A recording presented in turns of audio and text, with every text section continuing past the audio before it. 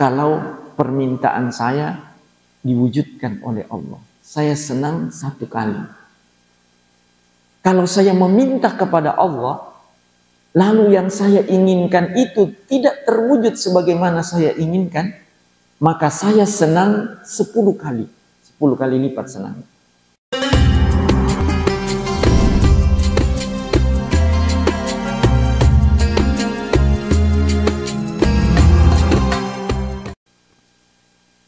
Assalamualaikum warahmatullahi wabarakatuh. Alhamdulillahirabbil alamin. Hamdan yuwafi ni'amahu wa yukafi'u mazidah. Ya Rabbana lakal hamdu kama yanbaghi li jalali wajhikal karim wa 'azimi sultanik. Allahumma shalli wa sallim wa barik ala maulana Muhammadin wa ala alihi an-nuril mudhibi lin nisyani bi nuri fi kulli lamhatin wa nafasin adada ma wasi'ahu ilmuka amin. Allahumma akhrijna min dhulumatil wahmi wa akrimna bi nuril fahmi waftah alaina bi ma'rifatil ilmi wa sahhil akhlaqana bil hilmi waj'alna mimman yastami'una al qawla fayattabi'una ahsana. Allahumma aftah lana hikmataka wa anshur alaina rahmataka min khazaini rahmatika ya arhamar rahimin. Allahumma aftah lana futuhal arifina bik. Allahumma aftah lana futuhal arifina bik. Waj'alna minal ulama'il amilin wahdina ila siratim mustaqim. Subhanaka la ilma lana illa ma 'allamtana innaka antal alimul hakim. Kaum muslimin dan muslimat jamaah subuh rahimakumullah. Puji syukur senantiasa kita panjatkan kehadirat Maha Besar Allah Subhanahu wa taala. Demikian pula salawat dan salam tak pernah lupa untuk selalu kita haturkan, kita kirimkan ke haribaan junjungan Nabi besar Muhammad sallallahu alaihi wasallam beserta keluarga, sahabat dan pengikut beliau hingga akhir zaman insyaallah. Kembali kita melanjutkan kajian kitab Al-Hikam Ibnu Athaillah As-Sakandari. Kita telah sampai pada hikmah yang ke-25. Qala al-musannif rahimahullahu ta'ala wa nafa'ana bi ulumihi fid dharain amin. Ma tawaqqafa matlabun anta talibuhu bi rabbika wa la tayassara matlabun anta talibuhu bi nafsika. Suatu harapan, keinginan, atau apapun yang kita cari itu tidak akan terhenti, tidak akan gagal selama dicari, diupayakan dengan mengandalkan pertolongan Allah Subhanahu. Sebaliknya, setiap harapan, keinginan, dan apapun yang engkau cari, kata Ibnu Athaillah As-Sakandari, itu tidak akan mudah. Artinya akan sulit selama engkau mencarinya, mengupayakannya dengan mengandalkan dirimu sendiri. Suatu keinginan, suatu harapan yang diupayakan, diusahakan untuk diwujudkan dengan mengandalkan Allah, dengan mengandalkan pertolongan Allah, kata Ibnu Athaillah, ma tawaqqafa, itu tidak akan gagal, tidak akan terhenti. Sebaliknya, jika keinginan dan harapan itu kita upayakan untuk diwujudkan dengan mengandalkan kemampuan kita, bahkan kata Syekh Ramadan Al-Buti, kemampuan kita itu semacam ilusi. Kita berilusi bahwa kita mampu, padahal sebenarnya tidak. Kalaupun kita mampu, maka kita dimampukan oleh Allah. Kalau begitu, kemampuan hakiki yang sesungguhnya yang harus kita andalkan adalah kekuatan, kemampuan dari Allah Subhanahu wa Ta'ala. Jangan kepedean, apalagi overconfidence dengan kemampuan diri. Karena semua kemampuan kita itu adalah pemberian yang setiap saat tak pernah henti. Allah curahkan, Allah berikan kepada kita. Makna umum dari hikmah ini disimpulkan oleh Syekh Ramadan Al-Buti. Kata beliau, engkau tidak akan kecewa. Tidak akan kecewa dalam mengupayakan apa yang engkau inginkan selama engkau berpegang, bersandar pada taufik pertolongan dari Allah Subhanahu wa Ta'ala. Lalu melepaskan diri dari perasaan bahwa kita mampu. Tetapi kita justru bersandar pada kemampuan yang diberikan oleh Allah Subhanahu wa Ta'ala.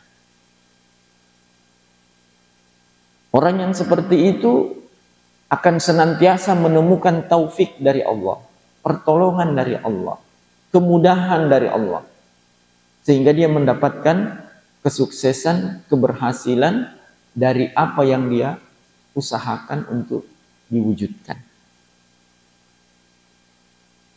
Sebaliknya, orang yang mengandalkan kemampuannya, dia akan mengalami kesulitan dalam mewujudkan apa yang dia usahakan, dan bahkan bisa mengalami kegagalan.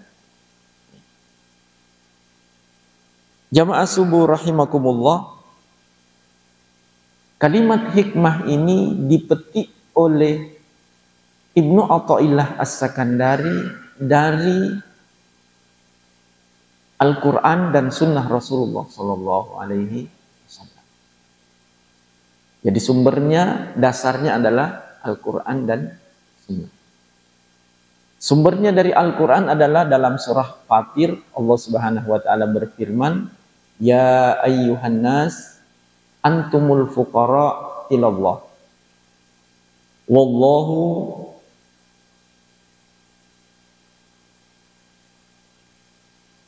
huwal ghaniyul hamid. Wahai sekalian manusia, kalianlah yang fakir kepada Allah. Fakir artinya butuh. Kalianlah yang butuh kepada Allah. Wallahu huwal ghaniyul hamid. Sedangkan Allah itu al-ghani. Allah itu tidak butuh. Ghani biasa kita artikan kaya. Makna sebenarnya, makna aslinya ghani adalah tidak butuh. Kebalikannya adalah fakir. Fakir artinya butuh. Maka siapapun yang butuh ini, butuh itu, berarti dia fakir. Walaupun dalam genggamannya banyak segala sesuatu. Banyak yang ada dalam genggamannya, dalam kepemilikannya. Tetapi ketika hatinya butuh ini, butuh itu, berarti pada hakikatnya dia fakir. Dan semua makhluk, semua manusia itu fakir. Dalam ayat ini Allah tegaskan, Ya ayuhan nas, wahai sekalian manusia, antumul fuqara ilallah. Kalianlah yang butuh kepada Allah, fakir semua kepada Allah. Wallahu huwal ghaniyul hamid. Sedangkan Allah al-ghani. Allah maha kaya, tidak butuh. Al-hamid, maha terpuji. Kita ketika memiliki sesuatu, kita merasa terpuji. Merasa ingin dipuji dengan apa yang kita miliki. Dengan harta, dengan ilmu, dengan kemampuan, dengan kekuatan, dengan kuasa, kewenangan yang ada di tangan kita. Kita ingin dipuji dengan semua yang kita miliki itu. Maka Allah tegaskan di sini, kalian tidak pantas merasa terpuji. Al-Hamid itu adalah Allah. Yang maha terpuji Allah. Karena Allah ghani. Karena Allah tidak butuh kepada apapun dan kepada siapapun. maka Allah lah yang pantas sebagai yang maha terpuji. Sedangkan hamba tidak pantas merasa layak untuk dipuji. Di dalam Al-Fatihah kita selalu tegaskan, Alhamdulillah. Segala puji hanya milik Allah. Di dalam sholat kita tegaskan itu, tetapi di luar sholat kita merasa kita pantas dipuji. Kita mengharapkan pujian. Ya. Ayat ini menegaskan kepada kita semua bahwa semua manusia, semua makhluk tak terkecuali, semuanya butuh kepada Allah. Dalam setiap kebutuhan itu yang ingin kita wujudkan, kita hanya bisa mengandalkan pertolongan Allah Subhanahu wa taala. Maka kalimat hikmah ini memetik intisari dari ayat ini. Bahwa setiap keinginan dan harapan yang akan kita wujudkan dengan usaha kita, tentu pakai usaha, bukan tidak pakai usaha. Anggota tubuh kita berusaha, sedangkan hati kita dalam usaha itu hanya mengandalkan Allah, tidak mengandalkan usaha kita. Jadi jangan dipertentangkan antara hati mengandalkan Allah dengan anggota tubuh kita berusaha melakukan ikhtiar.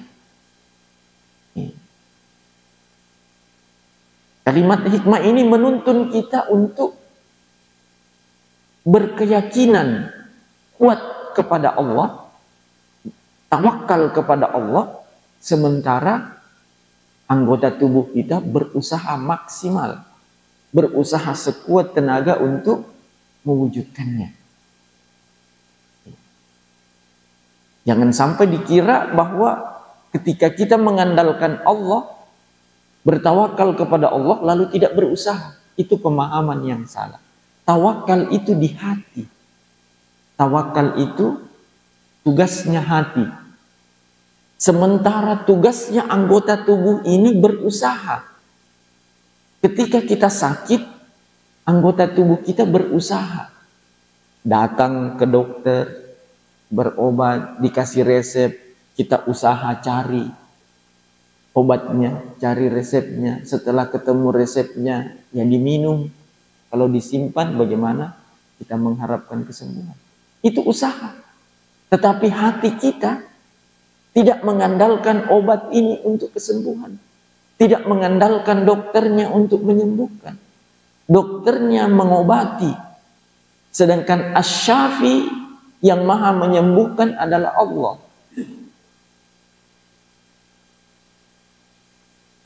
Keyakinan kita bahwa Allah sembuhkan kita lewat usaha kita berobat, lewat pertolongan dan bantuan advis dari dokter. Tidak boleh kita meyakini bahwa dokterlah yang menyembuhkan saya. Tetapi dokter yang membantu saya dalam pengobatan sehingga Allah memberi saya kesembuhan.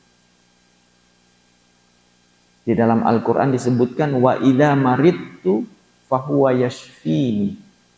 Jika saya sakit maka dialah Allah yang menyembuhkan saya. Itu keyakinan yang harus tertanam dalam hati setiap muslim bahwa Allah lah Asy-Syafi, maha pemberi kesembuhan. Tetapi jangan dipahami karena Allah memberi kesembuhan lalu kita tidak perlu lagi berobat. Nabi mengajarkan kepada kita, berobatlah. Itu perintah. Cari pengobatan dengan usaha. Tawakal itu pekerjaan hati. Yaitu meyakini bahwa segala sesuatu ini hanya bisa terjadi dengan pertolongan Allah Subhanahu wa ta'ala. Sebagaimana ditegaskan dalam ayat tadi. Kemudian landasan yang kedua dari kalimat hikmah ini adalah Rasulullah Shallallahu Alaihi Wasallam mengajarkan kita satu kalimat, la haula wala quwata illa billah. Ini adalah rumus kehidupan. La haula wala quwata illa billah. Bahkan ulama mengatakan keseluruhan kalimat hikmah dari Ibnu Athaillah As-Sakandari yang 264 kalimat hikmah itu intinya satu. La haula wala quwwata illa billah. Kita tidak punya daya. Kita tidak punya kemampuan illa kecuali billah, dengan pertolongan Allah. Jika Allah mampukan kita, maka kita mampu. Al-Quran mengajarkan kita jangan janji ya, bahwa kita akan melakukan besok. Inni fa'ilun dzalika ghadan illa an yasha Allah. Kecuali kita mengucapkan insya Allah. Kita ketemu teman, dia bilang saya undang Ki besok di rumah. Bilang iya, saya pasti datang. Jangan pastikan datang.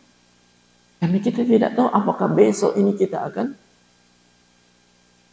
mampu datang atau tidak. Belum tentu kita masih ada. Kalau kita ada, belum tentu kita punya kesempatan. Kalau punya kesempatan, belum tentu kita punya kemampuan untuk datang.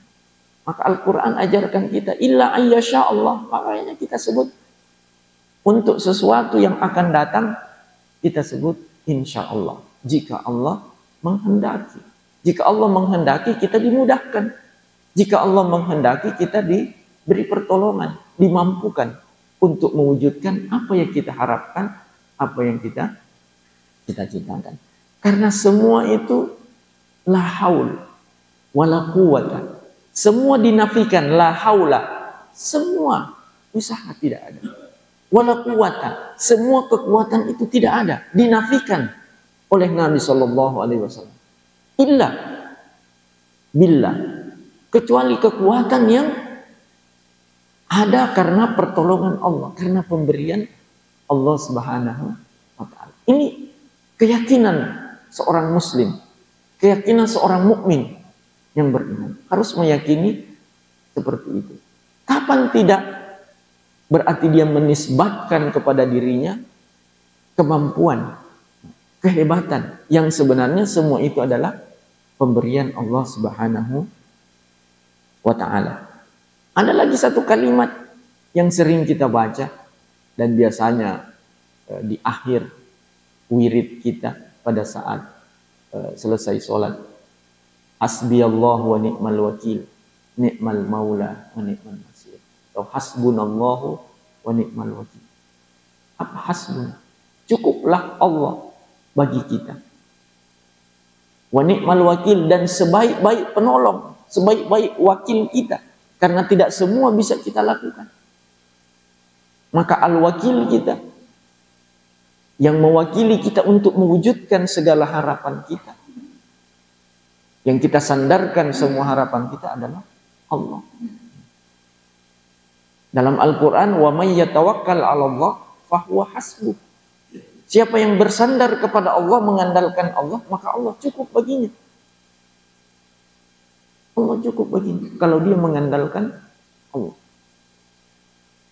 Karena Allah Maha segalanya. Dari dalil-dalil inilah Ibnu Athaillah memetik kalimat hikmah ini, bahwa seorang muslim di dalam setiap keinginan dan harapannya harus ia andalkan Allah, harus ia sandarkan kepada Allah untuk meraih segala harapan dan keinginan tersebut. Sambil dia berusaha, anggota tubuhnya berusaha, sementara hatinya mengandalkan, bersandar hanya kepada Allah Subhanahu wa ta'ala, tidak mengandalkan dirinya. Kalau ia mengandalkan Allah, tadi dikatakan dia tidak akan kecewa, akan dimudahkan oleh Allah. Kalaupun Allah tidak mengizinkan apa yang dia inginkan itu terwujud, maka dia tidak akan kecewa, karena ia yakin bahwa itulah pilihan Allah. Dia berusaha semaksimal kemampuannya, tapi kenyataannya itu tidak terwujud. Artinya Allah tidak mengizinkan. Sehingga dia tidak kecewa, apalagi putus asa. Tidak. Karena ia yakin bahwa apa yang ia rencanakan lalu ia wujudkan dalam usahanya, tapi ternyata tidak berhasil, berarti Allah tidak mengizinkan. Imam Ali bin Abi Thalib, ketika dia meminta kepada Allah, lalu permintaannya terwujud, beliau mengatakan, saya senang kalau permintaan saya diwujudkan oleh Allah. Saya senang satu kali. Kalau saya meminta kepada Allah, lalu yang saya inginkan itu tidak terwujud sebagaimana saya inginkan, maka saya senang 10 kali. 10 kali lipat senang. Jadi kalau Allah wujudkan, dia senang. Tapi kalau Allah tidak wujudkan, dia senang 10 kali lipat. Kenapa? Karena yang dia inginkan itu ternyata tidak diinginkan oleh Allah. Buktinya Allah tidak wujudkan selama telah diusahakan. Artinya Allah pilihkan yang lain. Imam Ali senang 10 kali lipat karena apa yang terjadi adalah pilihan Allah. Pilihannya tidak terwujud. Pilihannya tidak terlaksana. Yang terlaksana, yang terwujud adalah pilihan Allah. Karena itu pilihan Allah, maka Imam Ali lebih senang, jauh lebih senang 10 kali lipat dibanding kalau apa yang dia rencanakan, ia inginkan, ia minta, itu yang terwujud. Karena segala sesuatu itu adalah berkat pertolongan Allah Subhanahu wa ta'ala. Jamaah subuh rahimakumullah, seorang muslim mesti meyakini bahwa apapun yang ia miliki, kemampuan yang ia miliki, semua itu adalah pemberian dari Allah. Tenaga yang kita punya, kita bisa menggerakkan anggota tubuh, bisa menggerakkan tangan ini. Kita mengira, dan mungkin orang-orang mengira ya karena kita makan sehingga kita punya energi. Makanan itu yang memberikan energi itu hanyalah asar. Itu hanyalah akibat saja. Tetapi penyebab utamanya, penyebab hakikinya adalah Allah. Karena ada orang yang makan tapi tidak juga berenergi. Orang sakit juga makan tapi tidak berenergi. Makanan yang sama dia makan pada saat sehat, beda kalau dia makan pada saat sakit. Ada yang enak terasa, ada yang tidak. Padahal sama makanan itu. Karena yang memberikan kekuatan di balik makanan itu, energi yang kita peroleh adalah Allah.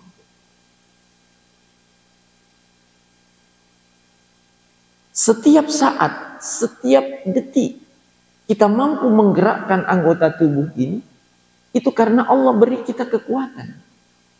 Allah beri kita kekuatan. Ada saat ketika kita bangun pagi, kita bangun subuh misalnya, ada bagian tubuh kita sepertinya susah kita gerakkan. Atau sakit kita gerakkan. Berarti saat itu Allah cabut. Allah ambil sebagian dari kekuatan yang biasanya diberikan. Ada yang diambil sama sekali. Tidak bisa bergerak sama sekali.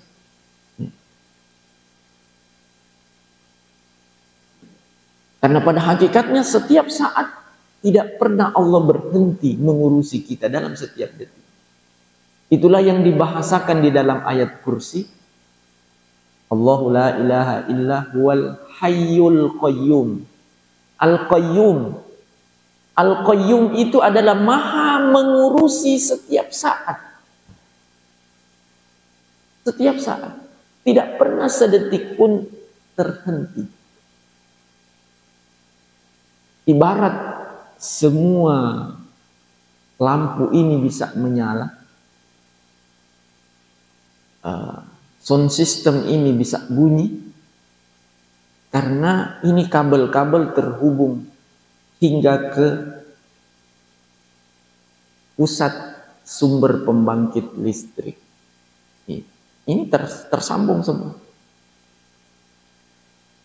Tersambung ke pusatnya. Lampu ini tidak akan menyala kalau ada kabelnya putus. Sesaat saja pusat pembangkit memutuskan alirannya, maka semua mati. Cahaya ini kemana? Suara ini lari kemana? Ketika pusatnya memutuskan. Seperti itulah Allah mengurusi kita setiap saat, tidak pernah terputus walau sedetik. Sedetik saja Allah putuskan, kata Syekh Ali Jum'ah, kita bukan hanya mati. Kalau mati masih ada jasadnya kelihatan, tetapi kita sirna. Sesaat saja Allah putuskan imdadnya, limpahan karunia-Nya kepada kita. Jadi setiap saat Allah mengurusi kita, tidak pernah henti. Sedetik saja Allah putuskan, maka habis. Seperti gambar di layar yang tiba-tiba hilang pada saat pusat pembangkitnya memutuskan aliran. Kita tanya, kemana gambar yang di layar tadi? Langsung tidak ada. Seperti itulah kita. Kita ini seperti gambar yang ada wujudnya. Dan ketika Allah putus dalam sedetik limpahan karunia-Nya, kita menjadi tiada. Itulah yang ditegaskan dalam ayat kursi. Huwal hayyul qayyum. Allah maha hidup dan maha mengurusi. Setiap saat, tidak pernah henti. Lalu kapan kita punya kemampuan? Kapan kita punya kehebatan yang kita bisa sombongkan, yang bisa kita andalkan? Tidak layak kita mengandalkan. Yang harus kita andalkan adalah pertolongan dan pemberian dari Allah Subhanahu wa taala. Sehingga Syekh Ramadan Al-Buti mengatakan, seorang muslim hendaknya setiap saat dia mengucap, Ya Rabb, wahai Tuhanku. Baik terucap secara verbal dengan lisan, maupun dengan rasa, bahwa dia merasakan setiap saat kebutuhannya kepada Allah. Sikapnya juga menunjukkan itu.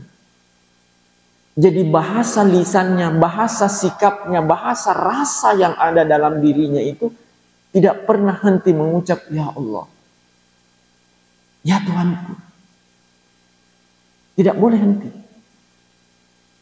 Karena setiap saat kita butuh kepadanya, kepada Allah SWT.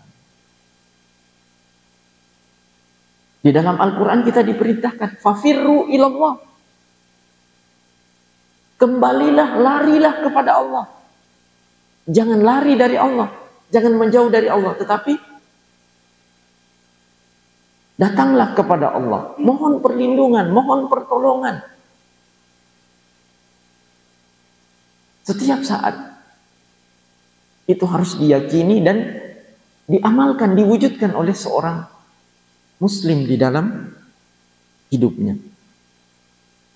Kemudian Syekh Ramadan Al-Buti mengatakan, makna kalimat hikmah ini berlaku bagi individu dan bagi masyarakat muslim, komunitas muslim. Jadi tidak hanya individu muslim yang mesti mengandalkan Allah dalam setiap upayanya untuk mewujudkan apa yang dia inginkan. Tetapi komunitas muslim, masyarakat muslim pun secara komunal, mereka harus punya keyakinan yang sama. Ketika mereka ingin mengupayakan sesuatu, andalkan Allah di dalam keyakinannya, dalam hatinya. Hatinya mengandalkan, meyakini pertolongan Allah Subhanahu wa taala. Lalu terakhir, contoh aplikatif dari kalimat hikmah ini. Syekh Ramadan Al-Buti mengutipkan beberapa contoh. Di antaranya, pada zaman Nabi SAW, ketika Nabi dan para sahabat melakukan perang Badar, pasukan kaum muslimin hanya sekitar 313 orang. 313 melawan pasukan kaum kafir Quraisy berjumlah 1.300 orang. Sedikit, berkali-kali lipat besarnya jumlah pasukan musuh. Tetapi kaum muslimin di dalam hatinya tertancap kuat keyakinan akan pertolongan Allah. Tidak sekedar yakin, tetapi keyakinan itu diwujudkan dengan memohon, meminta kepada Allah tak henti-hentinya. Nabi meminta kepada Allah dalam doa-doanya agar diberi pertolongan, diberi kemenangan dalam perang Badar tersebut. Para sahabat pun demikian. Tak henti-hentinya memohon pertolongan Allah. Saat berperang, menjalani perang, keyakinannya tidak pernah putus pada pertolongan Allah. Endingnya, hasilnya mereka mendapatkan kemenangan. Walaupun dengan jumlah yang sedikit. Kemudian, satu contoh lagi yang sangat fenomenal dalam sejarah. Ketika umat Islam di bawah pimpinan Muhammad Al-Fatih,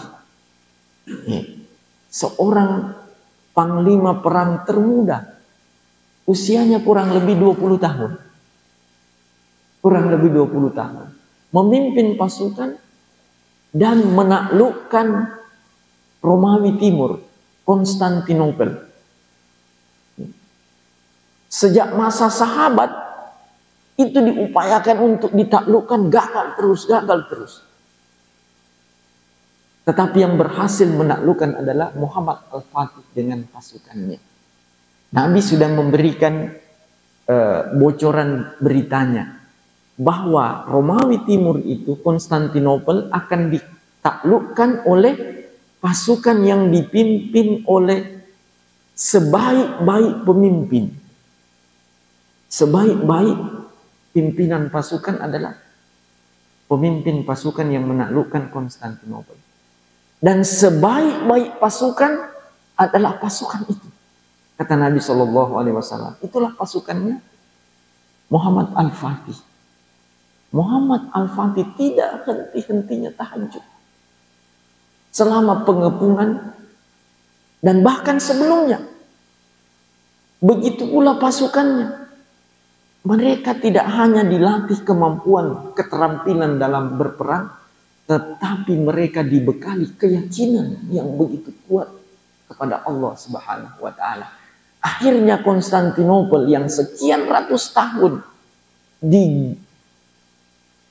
diupayakan oleh kaum muslimin untuk direbut, bisa akhirnya direbut oleh pasukan yang tidak hanya berbekal keterampilan dalam perang, tetapi dibekali dengan keyakinan yang begitu kuat kepada Allah Subhanahu wa Ta'ala, di bawah pimpinan oleh seorang pemimpin yang begitu meyakini pertolongan Allah Subhanahu wa Ta'ala, sangat dekat dengan Allah Subhanahu wa Ta'ala.